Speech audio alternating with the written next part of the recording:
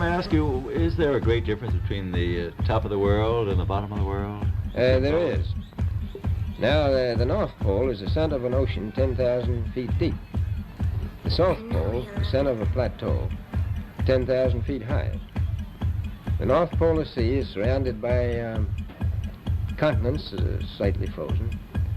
The Antarctic continent is surrounded by a belt of ice, frozen seas of at least 1,200 miles thick. Now, the South is a plateau. It gets, in some places, 14,000 feet up. I've been over areas about 13,000, and it's a little bit chilly up there. So there's that big difference between the top and bottom of the world. The North really isn't very cold up there on the Arctic Ocean. One of the arguments people say about flat Earth is, well, that's stupid, people would fall off the edge. Well, not really, just do a Google search. Go on Google and search for coastline of Antarctica. And you're going to see that the coastline of Antarctica consists of 200 and 300 foot ice walls. No one's falling off of anything. You know? And then you see depictions like that where a dude peeking under the firmament. You know, these are ancient depictions right there. So, you know, I'm really intrigued by all this. More Antarctic expeditions follow after Shackleton. After World War II, the nations, especially Germany, Russia, and the United States, become literally obsessed with Antarctica. Now, a big part of that was supposedly after World War II, a lot of the Nazis went down there and supposedly set up shop in Antarctica. So we have this character, Admiral Byrd. Enter Admiral Byrd. Our very distinguished guest for this evening is Admiral Richard E. Byrd. The North Pole used to be a no man's land, but these are the days when, by buying a ticket on a commercial airliner, you can fly across the North Pole and drink a cocktail at the same time. Admiral Byrd, you've been to both the North Pole and the South Pole. Is there any unexplored land left on this Earth that might appeal to adventurous young Americans? Yes, there is. And not up around the North Pole, because it's getting crowded up there now, because they find out it's really usable, not only to live in, but militarily. But strangely enough, there's left in the world today an area as big as the United States that's never been seen by a human being. And that's beyond the pole on the other side of the South Pole from Middle America. The Antarctic coastline, never once finding an inlet or path through or beyond the massive glacial wall.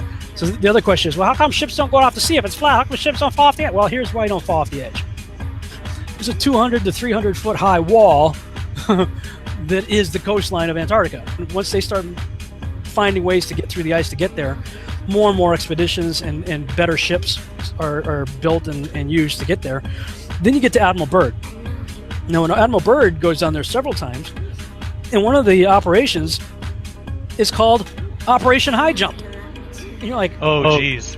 Yeah, right. Operation High Jump. Operation High Jump. Really? Operation High Jump. I mean, you know, because they went out there with aircraft carriers and airplanes and stuff. You know, some real heavy equipment and stuff like that. Operation High Jump. So then he gets on TV, national TV, and he does this radio show where he talks about all of the natural resources down there. I mean, coal and uranium and stuff to fuel the world forever. It's wonderful. And you can go on YouTube and look up the Admiral Byrd news interview. I think it was on CBS. And it's wonderful. And all these nations are going down there, you know, Russia and Japan, all these nations are going down there. Check it out. Well, then he goes down after that interview. They go down on the next mission, which I believe was called Operation Deep Freeze. And then all of a sudden, everything changes. Everybody pulls out. They leave Antarctica, and all the nations that were down there doing whatever they were doing signed a treaty, the Antarctic Treaty, and I believe it was 1958 or somewhere thereabouts, saying, nope, nobody can stake a claim to Antarctica, and if you're going to go down there, you can only go down there for scientific reasons under carefully restricted guidance, but it's not a free-for-all. Nobody can just, you know, hey, I'm going to go check out Antarctica and do a high jump of my own. No, can't do it. So when I look at the nations that signed the Antarctic Treaty, and I look at the nations that are putting forward quote-unquote space videos of the Earth, they're the same people. So if I was to put on my tinfoil hat and play the conspiratorial role here, there definitely appears to be some very suspicious things that took place. And then all of a sudden NASA's formed, and then simultaneously you have Russia and the United States doing high altitude